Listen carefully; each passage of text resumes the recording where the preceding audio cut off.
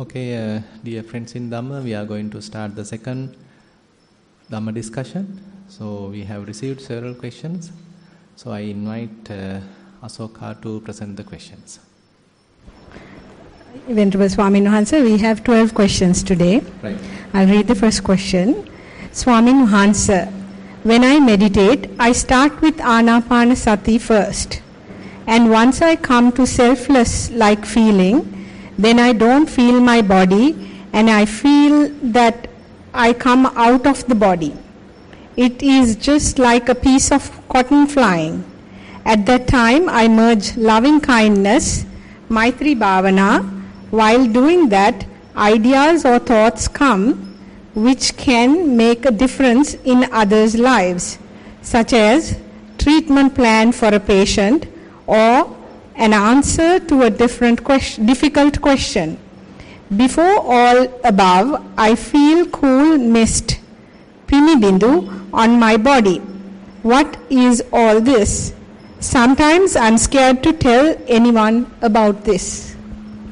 Yeah, I think basically, so when the mind is relaxed, so all of a sudden, so certain solutions, maybe we were burning with certain thing, and for them, certain solutions, and there may be a possibility.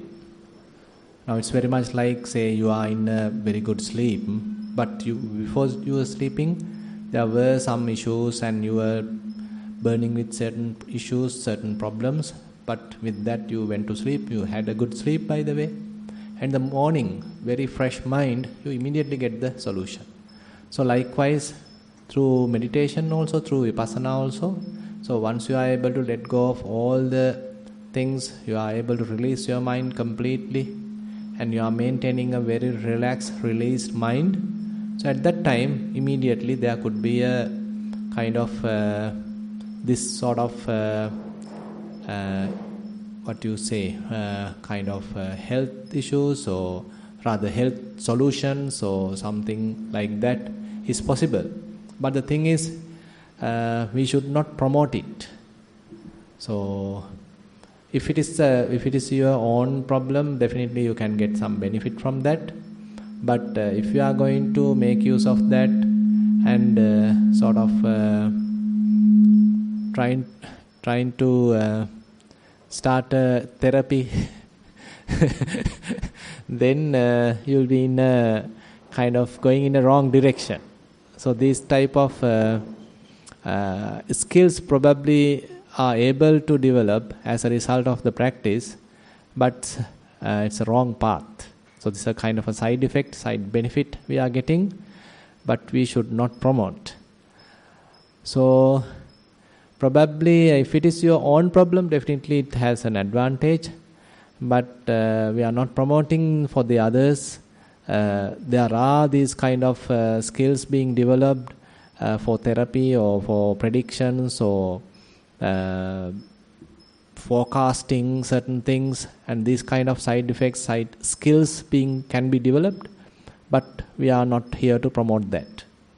So therefore, meditation is, we are not aiming for these kinds of additional beneficial things. Rather, here we are more promoting our own understanding, recognizing our own defilements, and finding out more understand kind of a good solution.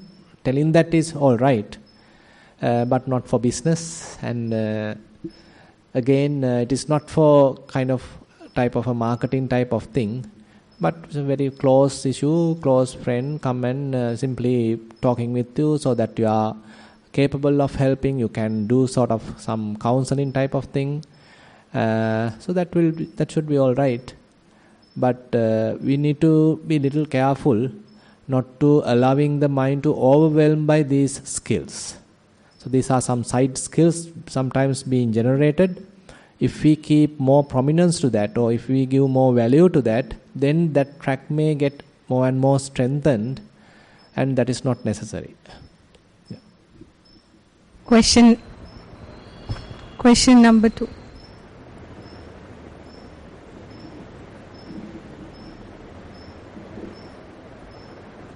Question number 2. Mm-hmm.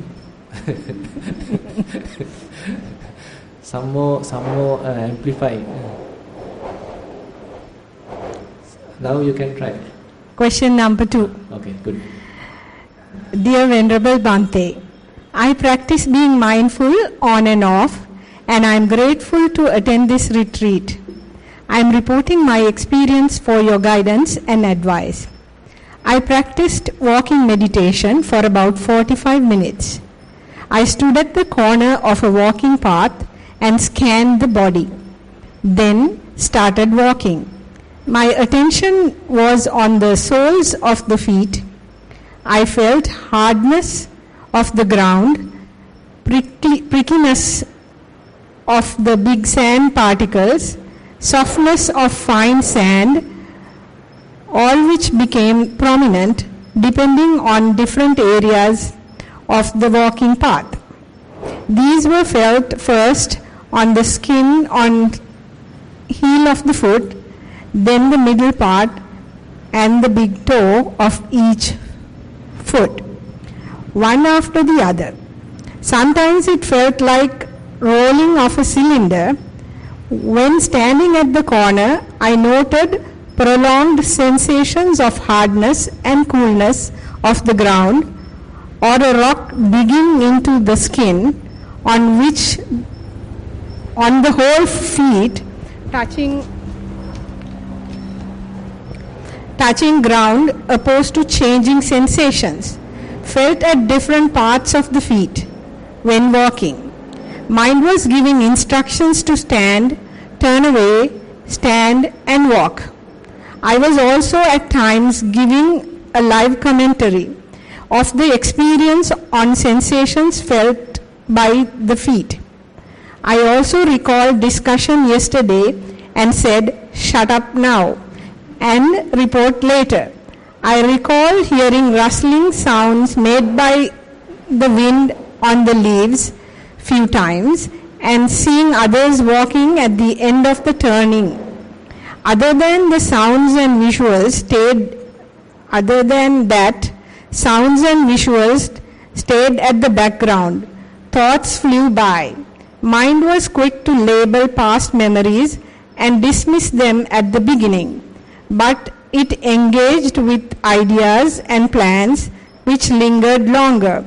The texture of the ground on the walking paths being different at different places helped to focus back to walking. There's a sitting also. Yeah, I think we can comment on this. So it's very good. I mean, you have explained as much as possible, and these are very common experience that most of us are going through. And as you quite correctly mentioned, you have didn't appreciate that inner comment coming from, and you have stopped that, mentioned shut up. That's good. So that is what required, because when we know certain instructions, when we have read so many books, so sometimes immediately that knowledge jump to the experience. So that is something that we have to minimize, if possible, to avoid, and giving more prominence to the experience, allowing the experience to come to the forward, and you are maintaining a very silent mind, but silently observing what's going on without allowing inner commentary to begin. Not taking any book knowledge to the picture. You take it kind of your own experience, kind of your own fresh experience. And that is what we need, and you have done that well. And you got to continue. Yeah. The same yogi's sitting meditation. While being seated on the cushion, the body felt light. There was a slight strain at the folded knees. Head felt warmer and had a tingling sensation. Feelings of other parts of the body faded. I focused on the movement of the stomach as the primary object. The push and the pull of the stomach was observed a few times in a row. In between, I heard sounds of the fan, vehicles, coughing. They didn't appear as disturbances and soon faded away. Then breath became the primary object and stomach movement was not noticeable. Thoughts and ideas floated by many times. which are not recallable now. The breath was noticed at the tip of the nostrils, which was felt faintly. The in-breath was more recognizable than the out-breath. The focus was on the sensations of a fly on the fingers and palms as it sat on different areas of the skin. It continued for some time. When the fly was on the face and eyelids, I tried to brush it away a few times. The attention was changing from breath to others mentioned. I observed the feeling that I am hunched and also bored. I am changing sitting position without having any pain. There was also some unrecallable periods during the meditation. Yeah, that's good. So basically you seems to have started with rising and falling, giving more prominence to that, and then shifted to breathing. And then breathing is the thing that you have continued as a primary object. So I hope that I got the report properly. So after that, once the concentration is built up, now you are paying attention to various other sensations happening throughout the body, and that also fairly observed.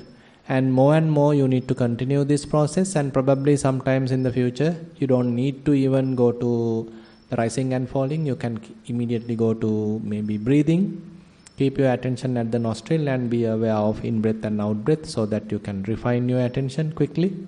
And once it is built up, now you can switch to various sensations available throughout the body, and you can select most prominent one and try to observe that, so that we are sort of learning through observation.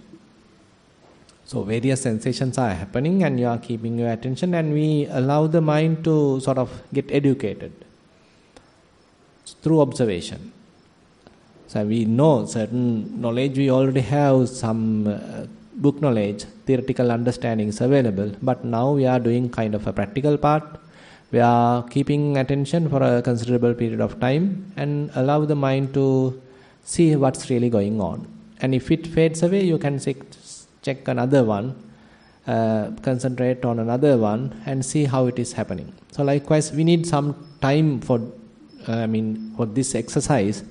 So we can't sort of rush ourselves. So it takes some time. So don't feel sort of impatient in this doing this, because sometimes again and again we need to do the same thing. Sometimes people are asking what next. Actually, we can't jump to the next stage. No point. It's a kind of a gradual process. So mind is like learning curve. It's going through a sort of a learning curve, and no point of rushing it. So it's a matter of being very patient and going through the same situation, going through the same kind of a scenario, and allowing the mind to daily sort of learn through this whole experience. And later you may understand some changes have happened in your life. The way you look at things, how you behave, how you think, how your attitudes have changed. So that is how the meditation have given kind of an influence, kind of an impact to your mind. So that sort of behavioral changes later you can notice. So it is not that immediately you jump with something and you feel that okay, I am now an arahant, or that is not the thing. Rather, you are continuing your practice for a considerable period of time, and later you understand, okay, something has changed. This is not the way I was behaving, say, a few years ago. This is not the way that I have looked at things few years ago. Now I am not quickly crying or jumping to conclusions or being more, say, impulsive or compulsive. Rather, now I can easily apply brakes. I can see the situation. I can step back and watch what's going on. Like we discussed yesterday, we can see the situation as a situation, not being part of the situation or not being an actor of the situation. So these are the indicators that the Vipassana has worked. It is not instantaneously we jump to something and fly in the sky, and that is not the target. but rather we see some behavioral changes, attitudinal changes, say the way we handle things. All these things are later we can recognize something has happened. So this is more kind of a maturing kind of thing. So we are maturing ourselves, spiritually maturing ourselves. So that is what we have to target in the kind of a long-term process. There may be short-term benefits, but what we are targeting is this kind of a change. So therefore, it will definitely take time. So don't expect quick results. Just continue the practice as a daily practice. Then slowly you may understand these kind of improvements. Right. Question number 3.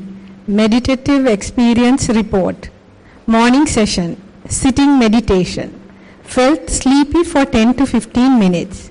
Sleepiness went away after a while. Tried to focus on nostrils. Felt pain in upper backside.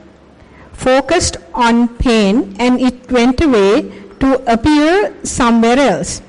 Back pain was coming on and off. Managed to experience the breath for a few moments. No two breathing cycles were equal, always different.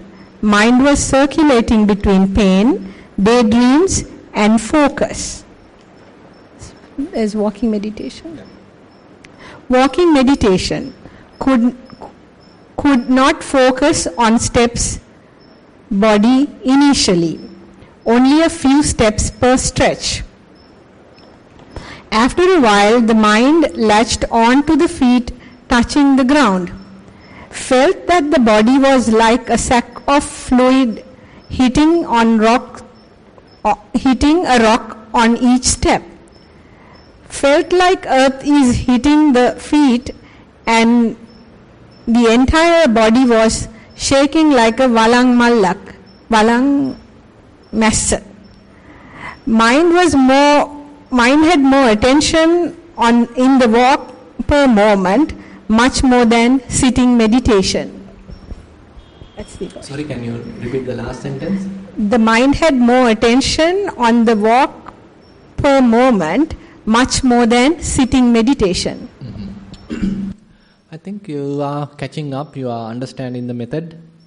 And now these things, how we look at our body as a different kind of a perception. So that is also interesting, and sometimes say what you call as kind of progressive stages. First we use various terms, left, right, lifting, moving, placing, and all these things to sort of bring our attention, and then we are continuing that process, and later we understand, okay, this is like say rowing a boat, this is like cycling. So as you have mentioned, valam massa, whatever. So likewise, so we can see we are looking at the whole experience from a different perspective. So that indicates kind of change going on. It is not that I am walking, I am so and so. So that is the typical conventional rut that we had for long time. But now we are looking at differently. So that indicates through the report that how I am perceiving currently. Previously I was perceiving like this, but now my perception has little changed. So that is an improvement, and it may evolve. So it may not that every day you may have to feel like this, but it also subject to changes, and it may evolve. So there is nothing much to add. It's a matter of continuation. Yeah.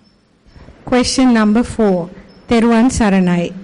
Dear Venerable Thero, today was my first day at meditation Kalalgoda. My question is, why did I feel sleepy while meditating, both in sitting and walking? I was wondering whether it was due to the weather condition, whether I had too much food for my breakfast, which I don't think, or any other reason. I also wanted to know whether I should think about lifting my foot, keeping it forward, placing on the ground in each and every step. Thank you. May the triple gems bless you.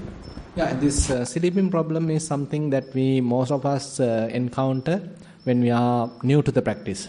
because we may come from, say, very busy schedules, and we had so many responsibilities at home or at office, and then we come to a retreat, so nothing to do, just watch the breath, very boring, so you fall asleep. It's very natural. So as I always tell, so if you come to Nissarana for 10 days retreat, you can see for first few days most of them are sleeping. So at least they are sleeping, no? That's also good, no?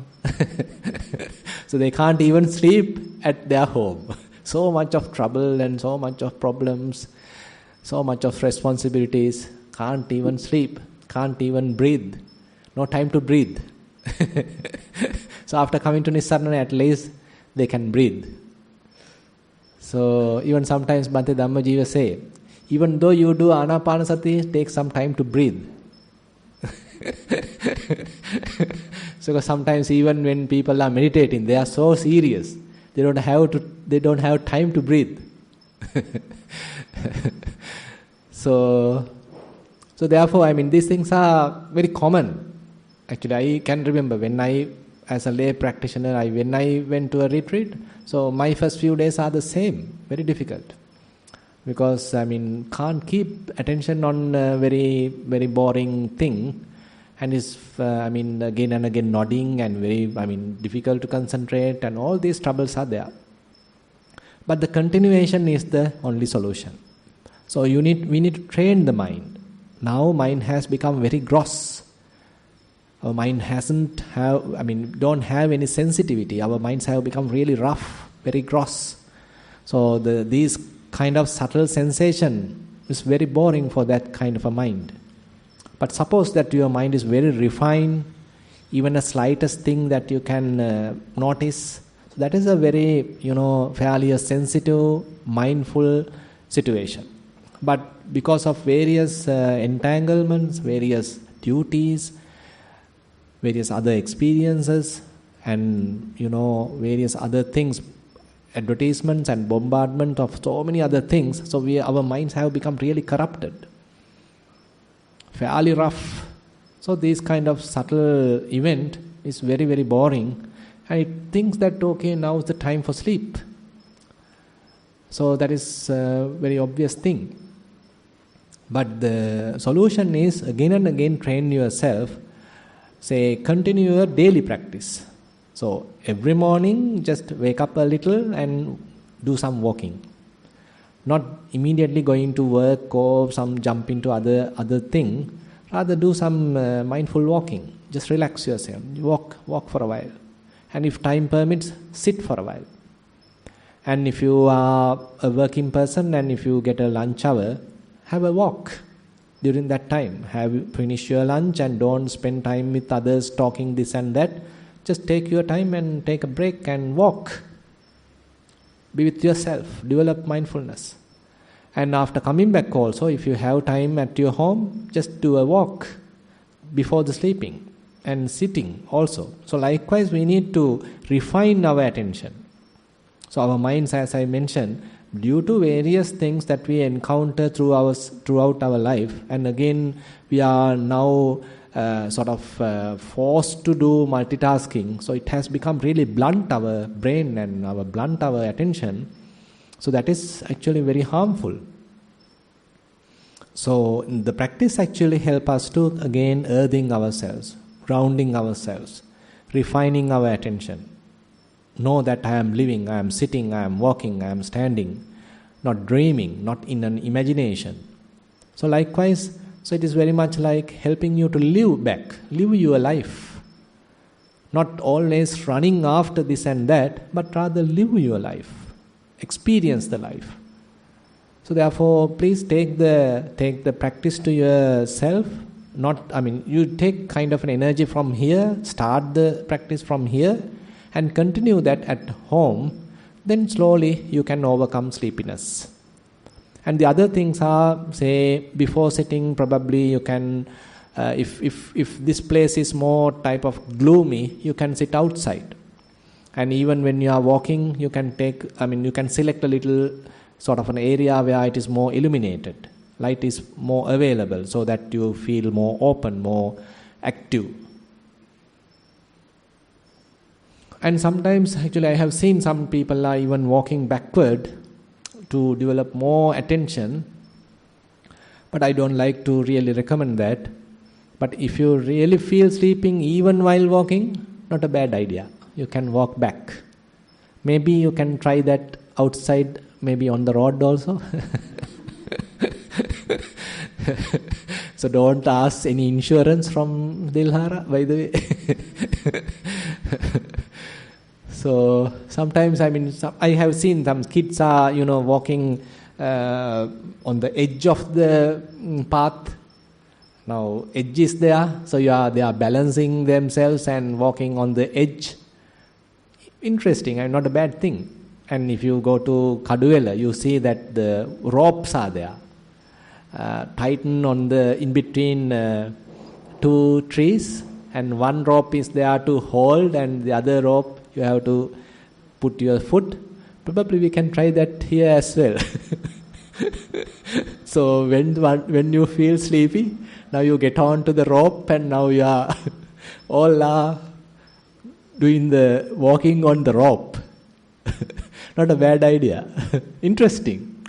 You all ladies going on the rope. Not a bad thing. Interesting. Actually, these things are in a way little funny, because this makes us alive more. We are very much into fixed, very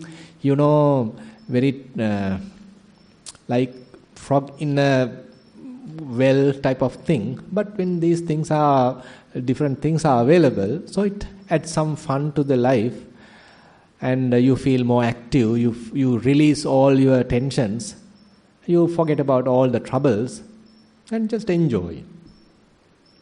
I have seen in Kaduela, when say a group of children, say a particular school is coming to attend a Satipasada session, they are coming with their children, and their teachers are also coming.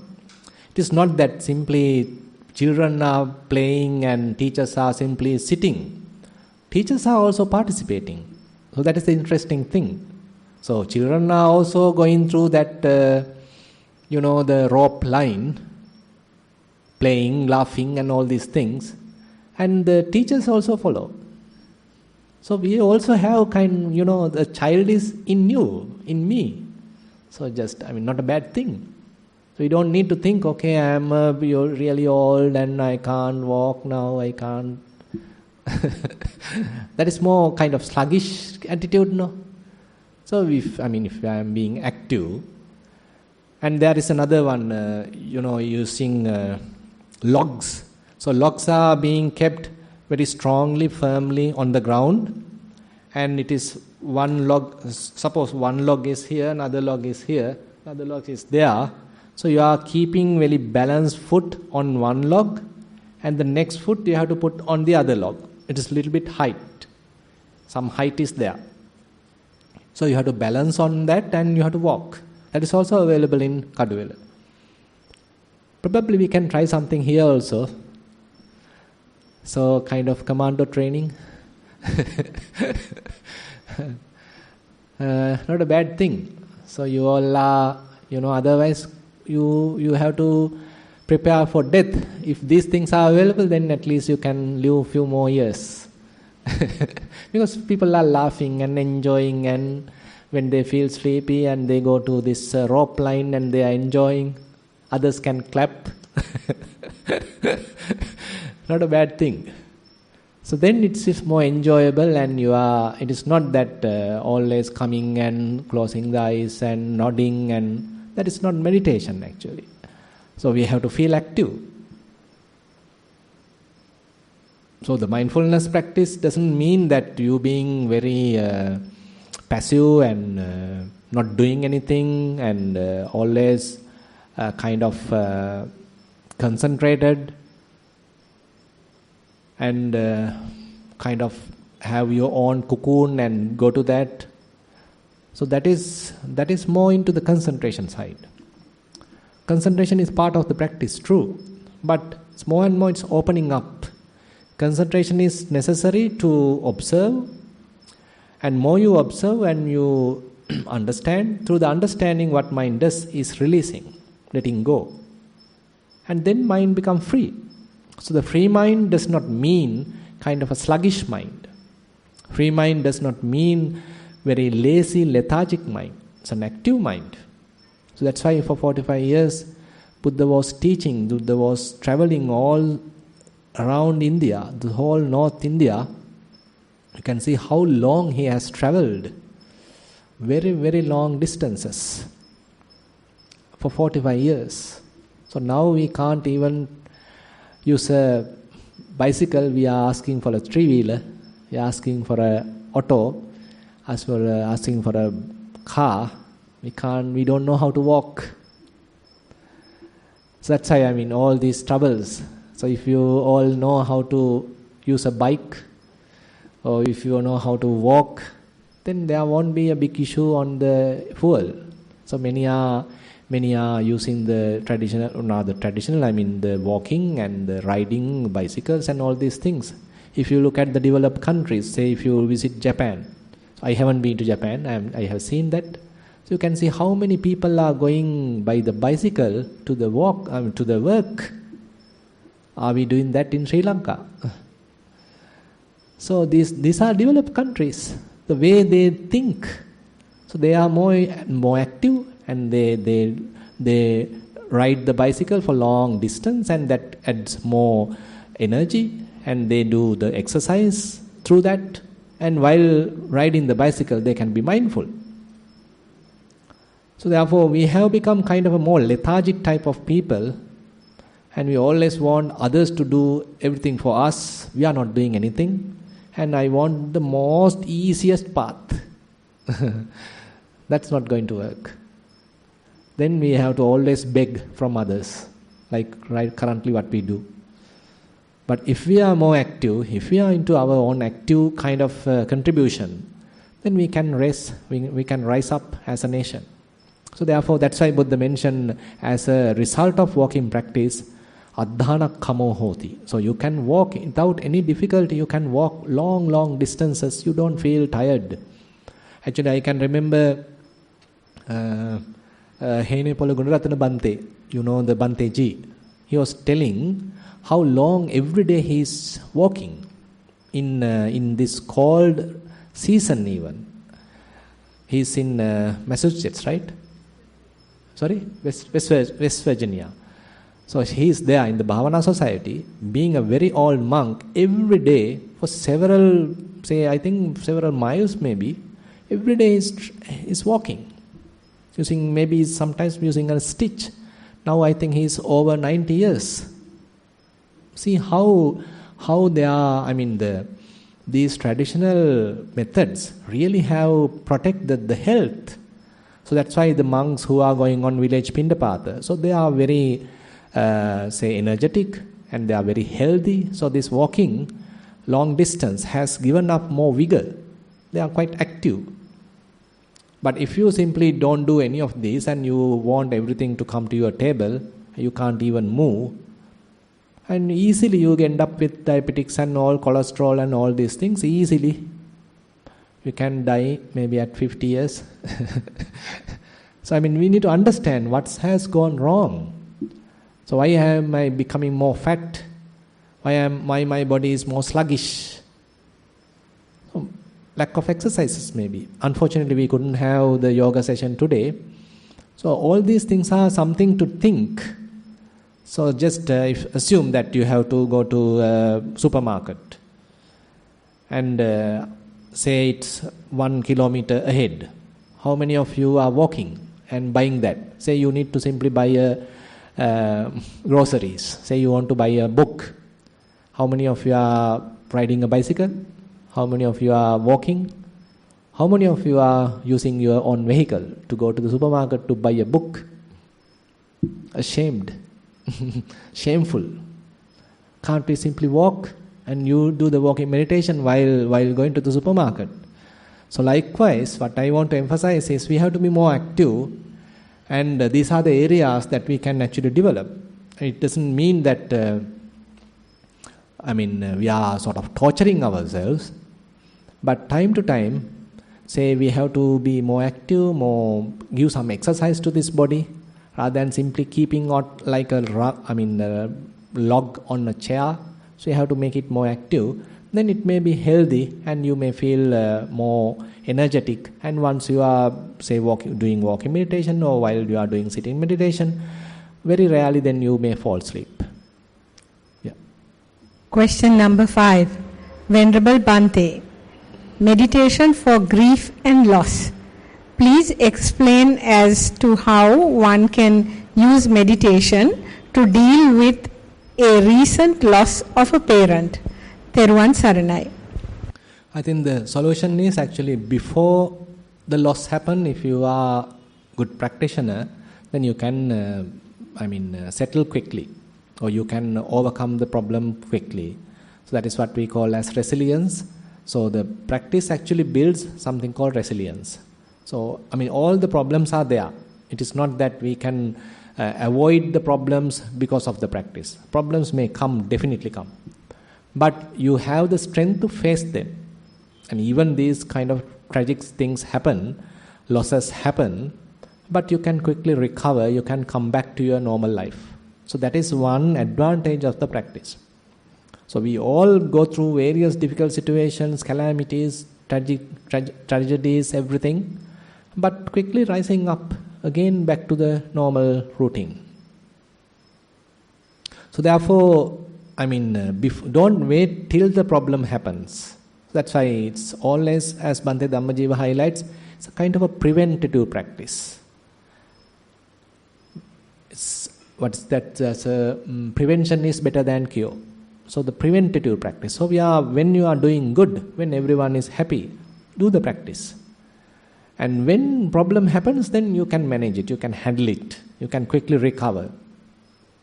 So the mindfulness practice itself has that advantage, and more you get into Vipassana, then you are more matured. You know this is the life, and these are kind of very vulnerable sanskaras or formations that we are dealing with. We have no guarantee with them, and we don't have any agreement with them. We have no agreement with the death, the Mara, and all these things. So you are adding more wisdom aspect also to your life. Then you can face any of the things, because you know this is life. It is not that always we can expect the gain, fame, profit, and all this positive side. Time to time, the life will offer the negative part as well. So that is how we being more maturing ourselves. So therefore, solution is kind of maintaining the practice as much as possible early in your life, and before the troubles come, and when they are coming, then you are ready. You can face them. Yeah, actually Buddha, before preaching Satipatthana Sutta, Dukkha Domanassanam Attangamaya, Shoka Pariddavanam Samatikkamaya, Shoka Pariddavanam Samatikkamaya. You can see, how Buddha recommends Satipatthana. Shoka Pariddavanam. Shoka means worrying. Pariddavanam means crying, lamentations.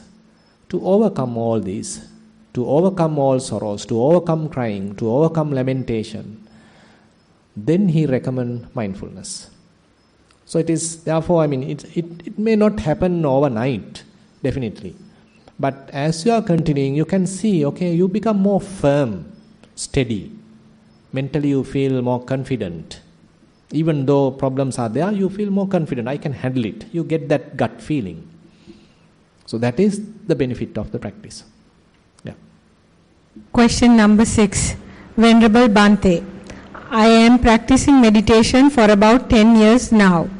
I have also participated in several retreats at Nithrigalam.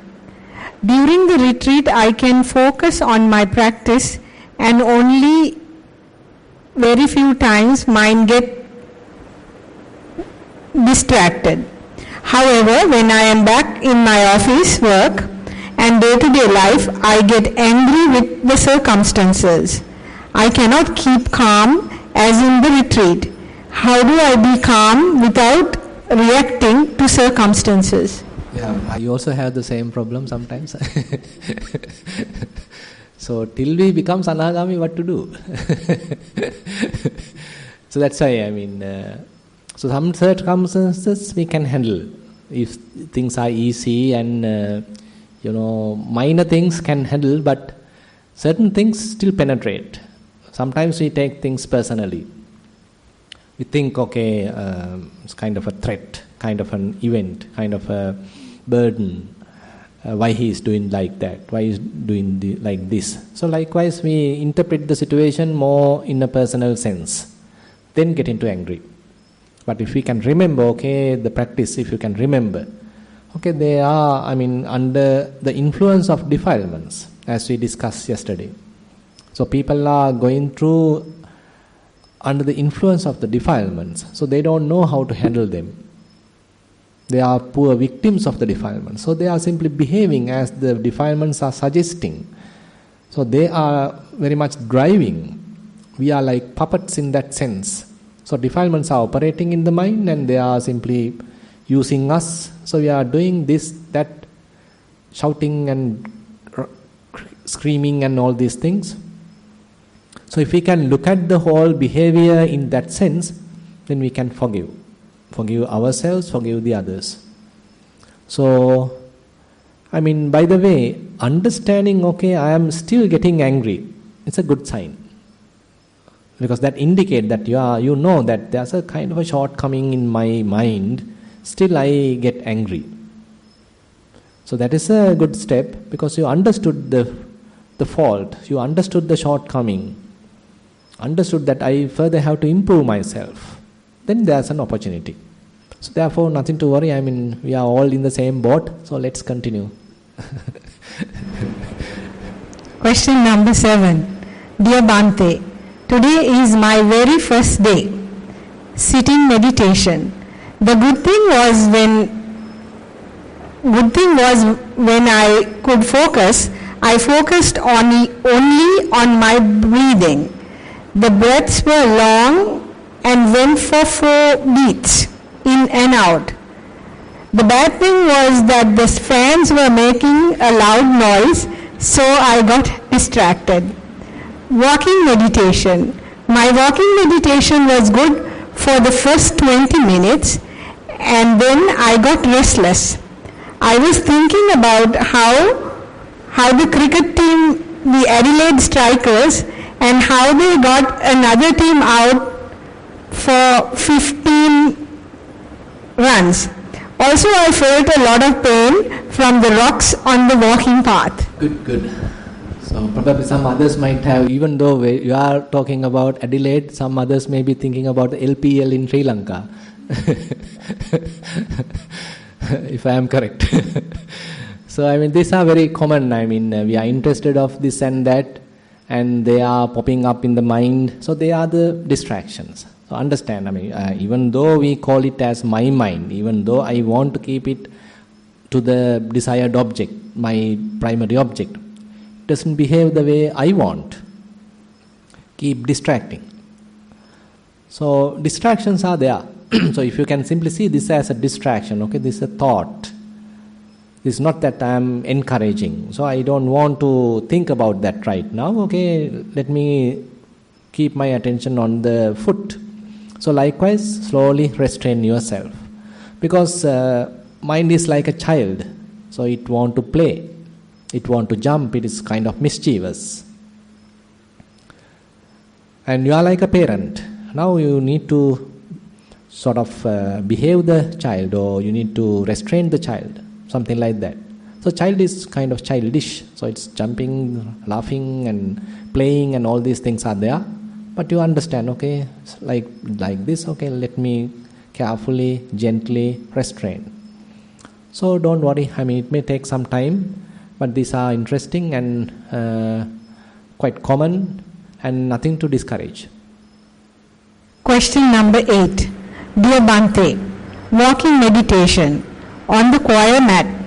When taking footsteps, noted the rough surface, first on the left heel, passing on to the toe, and then to the next foot, right heel to toe. The tile floor area was felt smooth and cold. There were distractions, but was easy to get back to becoming mindful and back to the feet. There were times I felt that I was watching myself walk. Thank you, with metta. Yeah, good. So basically that the last statement, looking that myself watch the body walking. So that's a different perspective. It is not that I am walking, but the body is walking and I am watching. So that's another way of kind of interpreting the thing. So that helps you to kind of detach from the experience. It is not that I am walking. So you are in the experience then. Rather, the body is walking, now I am watching. Now you are a little bit disengaged from the experience and you are able to watch. So you can see, how the attitude is now changing, the perception changes. So it's something that we can welcome, you can continue the practice. Question number 9. Respected Bhante, walking meditation. While doing walking meditation, I felt my feet are larger and a bit heavier. Later I felt sleepy and drowsy. Sitting meditation. Sitting meditation was more relaxed and comfortable. While concentrating on my breath, I felt my bodily sensations were gradually disappearing. I felt a sudden jerk, shake in my body several times. Past memories came into my head like a film, but still my mind was stuck on my breath. Venerable Bhante, what kind of a sign is this? Please clarify. Getting mad, it seems. So, very common, very common. You all can understand, everyone is talking about those distractions. So, it's a matter of continuation and you are doing more well in the sitting part, but seems a little weak in the walking, but you need to practice more walking. The walking is the one giving you more opportunity to develop. Because sometimes when we sit, there are no much events, then you may get easily concentrated. But that is not really the sort of the objective, but even how to walk when all these distractions are there, how to keep your attention on the walking. So that's very challenging, very interesting also, kind of playful also. So therefore, spend more time on walking and then you can balance these. You can do mindful walking and also you can do mindful sitting, because the reports indicates that you are more into the sitting part, but you need to balance both. Yeah. Question number 10. Is it normal to feel numbers during meditation? Within brackets, unawareness of the physical body. Feeling numbers? During meditation. Feeling numbers and not aware of the physical body. Not being aware of the physical body is common, and as you develop the kind of concentration. But feeling numbers indicates something still in the conventional level. Maybe you have some connection to the mathematics or something. You are struggling with your bank account, expecting some interest maybe. So probably you can check the today's share market. So then the numbers can come to your head. But you need to let go of that as well. So I'm not interested right now about the numbers. My account number I need to forget now. I don't want to know about the dollar price, etc. Then you can overcome that problem as well. Yeah. Question number 11. Thero Saranai Swamin Mahansa. I had a habit of maintaining a pin pota for over the last few years.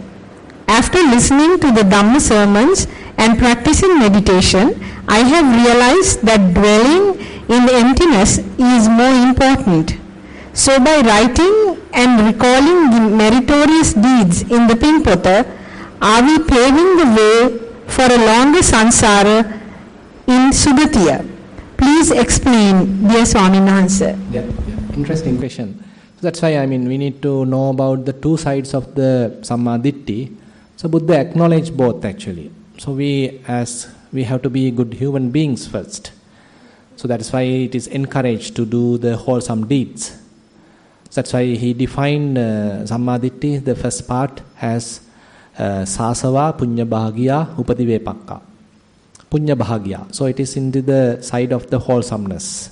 So you are doing good things. You feel happy what you have done. So as you have mentioned in the report, so you are recording that whatever the good things that you have done, and you know that they are good things, and when you are recalling them, you feel happy, joyful. Punya Bhagya, Upadivepakka. So in the future, so that can give more sort of benefits, maybe material benefits as a future life or even in this very life.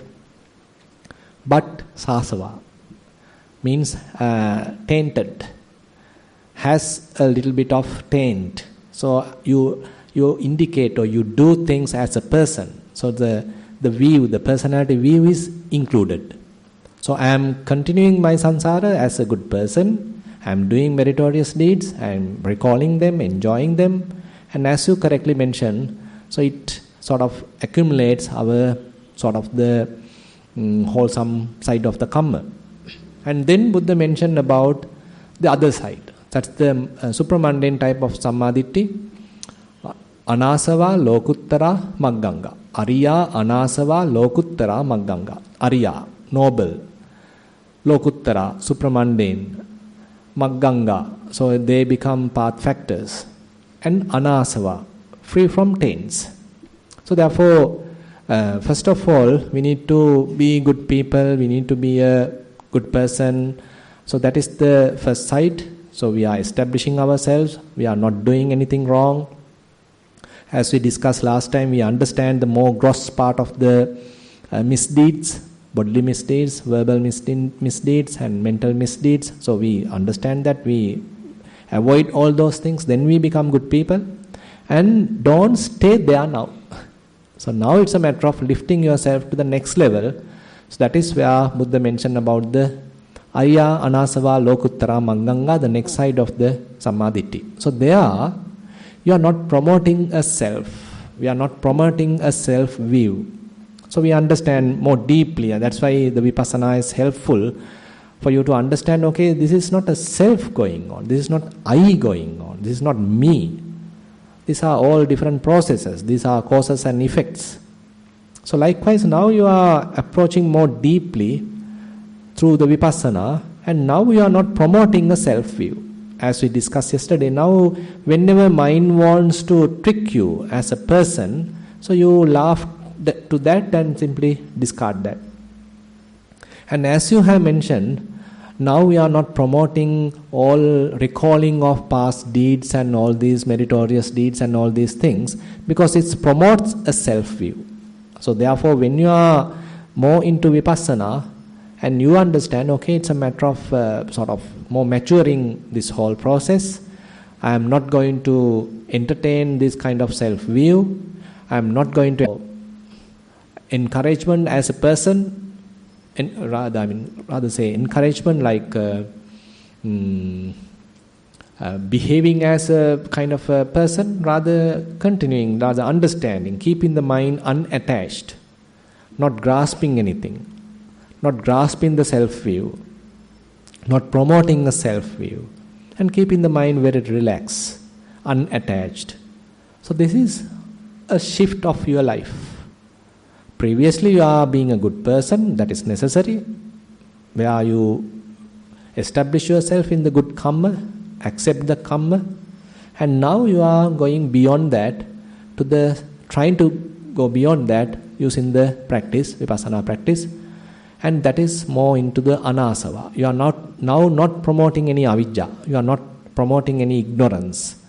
Now you are understanding these, say, self-views operating, the personality views operating, I-making operating in the mind. So likewise, it's a more kind of wisdom-oriented practice. So that is also necessary.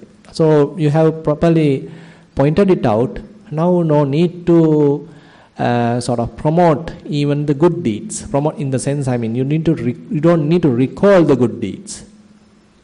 You are doing good deeds when the opportunity is there, when the request comes to you, especially, you may doing it, but later, when mind wants to recall that and prepare herself, not interested. So now we are going in a different direction. So that is where Buddha promotes the supramundane type of samadhi.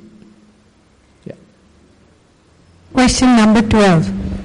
Dear Bhante, you mentioned that this mind has been defiled for a long time. As a confession, I find the word defiled not the most appropriate.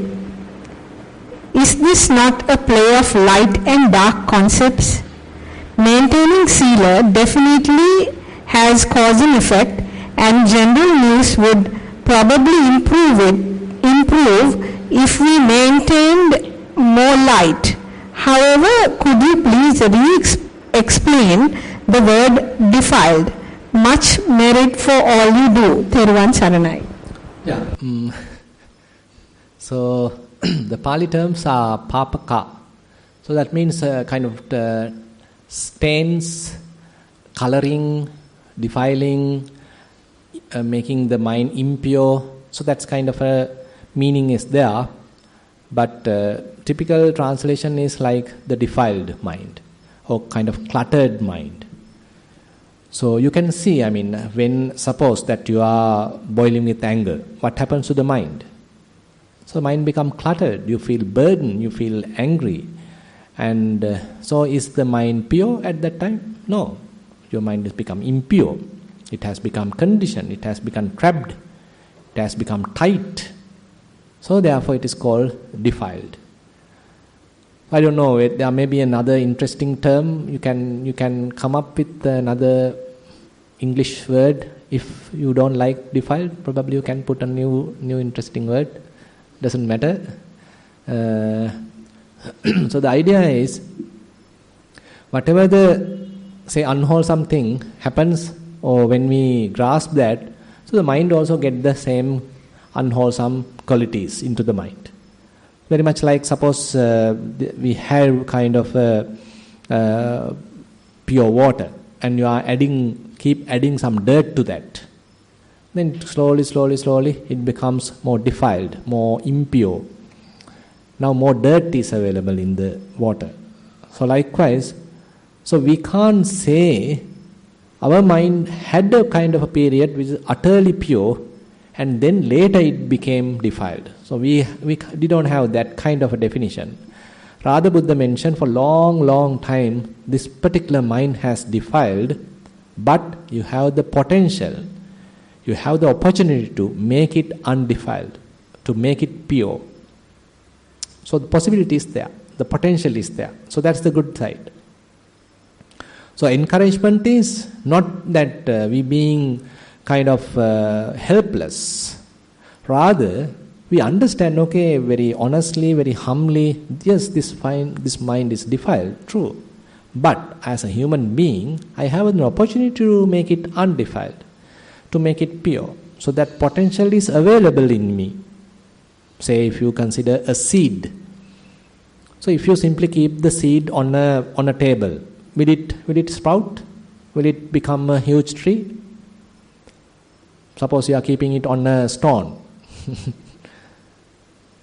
But what is available in the seed? So it has the potential, right? It has the potential to prepare or make a huge tree. Just the potential is there. But you need so many other conditions. Satisfactory conditions are required. You need to put it on a very fertile soil, and you need to apply some water. You need to look after that, and you need to avoid all these pests and weeds and all these things. You have to give necessary protection. Then in due course, maybe it can slowly become a huge tree. Same thing. So if you simply forget about the potential, if you keep yourself on a stone, will it be a huge tree? So that's why, we need to understand. These are very, very practical teachings what Buddha is mentioning. Do you think simply by praying that you can make the whole thing? So all different conditions are required. So that's why we need to be very realistic. So it's a kind of a mature Dhamma that Buddha is talking. So we have to be very, very realistic. So even though the potential is there, don't think that it may happen overnight, or it may happen kind of without your own effort. So you have to put effort, you have to develop other necessary qualities, then the potential may grow. The potential may give results. Not merely by being lazy that you can get the results. So that's why we need to understand, okay, even though the mind is defiled, I have the potential to make it pure. So okay, let me work it out. So that's the kind of approach we need to have. Yeah, that's all right. So those are the questions we have received, sharp 2 o'clock. So if you want to contribute or if you want to add anything, yeah.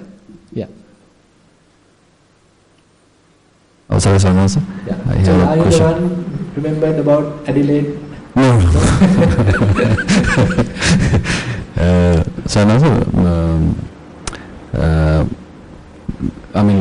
We use listening as a mindful activity in here. So, is there any mindfulness in listening to calming music? Yeah, of course. Actually, now the thing is this. Now the perfect thing is to keep the mind unattached, not being colored by anything. That's a perfect situation. But immediately we can't come to that. So what we do is very much like replace the harmful stuff with less harmful stuff. Kind of a strategic situation. So immediately we can't make it 100% pure and keep it as a unattached, unburdened, discolored, transparent kind of a mind. But suppose that you are more used to more rough and drink and all these, very rough type of entertainment. But instead of that, now you replace that with a little, very soft type of entertainment. So then mind slowly become refined to that level. Now you are not going to say the pub or any of those rough entertainments. Now you are keeping to yourself. You can enjoy this soft music and you are, time to time falling asleep with that. So you are refining yourself. Later you can, suppose that frequently you are doing that. Later you can slowly reduce that. Now you do practice, walking and all these things, and you slowly replace even that music with this kind of a very neutral kind of an event. Because these are very neutral or not interesting. That's why most of them are falling asleep. Not you, right? So likewise, we are gradually improving our part, introducing the neutral type of an experience gradually. So therefore, they come up with, if you search, there are music therapy even. So people are introduced to some calm meditational music, they call them. So likewise, they are available. So you can softly listen to them. But the only thing is with the music that we sometimes become emotional. So the music has to be very much something then not promoting emotions. Now, suppose that you are listening to a particular song with certain lyrics, then probably you may drag into the emotions. So that is not what we are talking here. Rather kind of a soft music which helps you to calm down yourself. Don't have any lyrics at all, simply the music available. So likewise, helping you to refine your interest or your මොකද රසවින්දනයට කියන්නේ මොකද්ද? How to entertainment, kind of joying, development of the joy. How to be joyful using this kind of harmless kind of or less harmful kind of an entertainment. Yeah.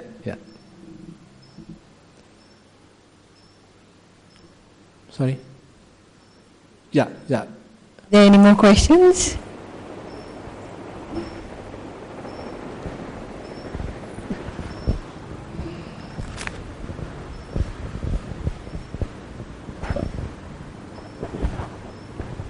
Sir, now you said defilements, we are born with defilements, correct? Then what do they say, Prabhaswara Chitte at the time of birth? At the time of birth, no, there is no such That's statement. that's incorrect, no? Sorry, that is incorrect. Yeah. So that's the thing. I also was a little bit interpreting like that. Pabasara midam bhikkave chittang tanchako agantukehi upakkilesehi vipamuttang. So that I also sort of interpreting that originally our mind is undefiled, originally our mind is very pure, but now it is defiled. Once you remove the outer layer, again we are returning back to the undefiled mind. So this is a kind of a model that we can easily get into, but it indicates kind of a, the sassata ditti, kind of eternalism. So long ago I had a very pure state of mind, and then after that sometime again it become impure.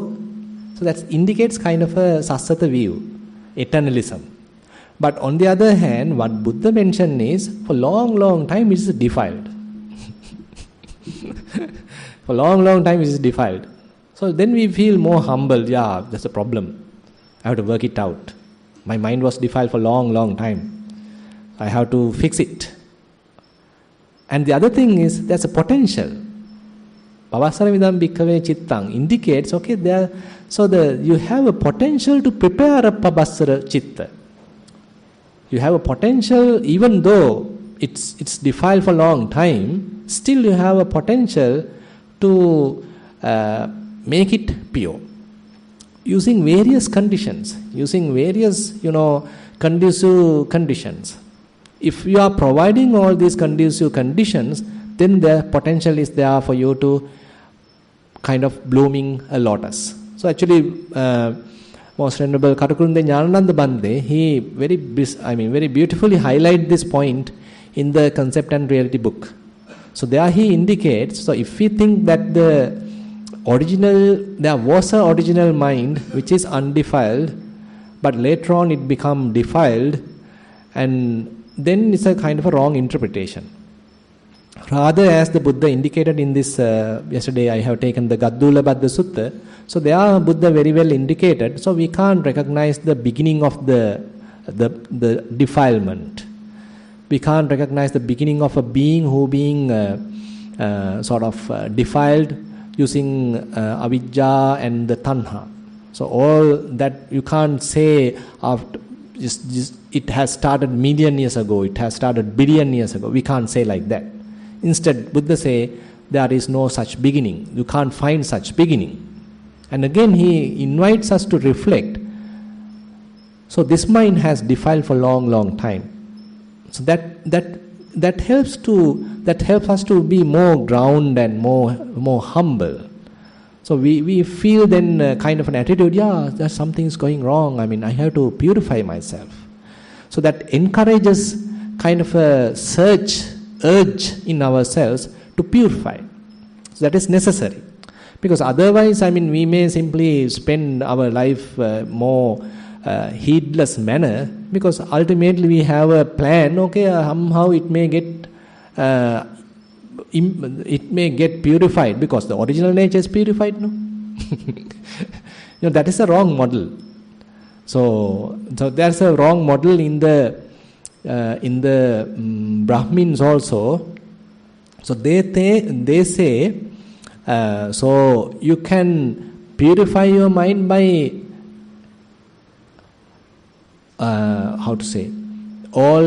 paying off the karma. So you have an accumulated karma, and you do various actions so that you pay off the karma. You are you are coming to a kind of extinction of the karma. That is also a wrong model. So Buddha don't say like that. So Buddha talks a different way. So things are happening due to causes and conditions, and now you prepare causes and conditions to the better side. So it is true that the mind has defiled for long time, but he mentioned, but you have the potential. You have the potential to provide all the necessary conditions so that it becomes pure. So that therefore we believe him. We trust him. Yes, Buddha has mentioned that. He has done that. He has shown an example. So why not I can't do it? I should be able to do it. So we get encouraged. So that is what Buddha promotes. And when the necessary conditions are given, then slowly it uplifts. So what the example, the simile Most Venerable Katukurunde Nyananda Bhante gives is very much like a seed where we are planting on the mud, and ultimately it's growing and blossoming as a lotus. So if one is telling, okay, the lotus was in the seed, something wrong there, right?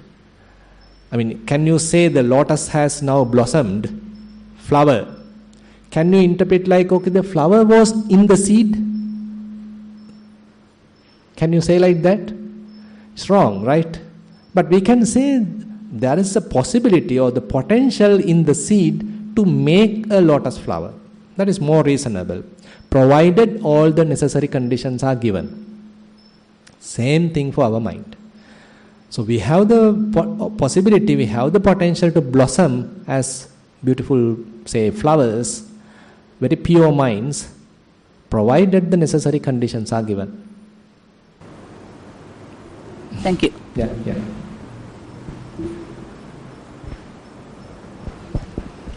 Okay, then we will wind up the session, and we are today actually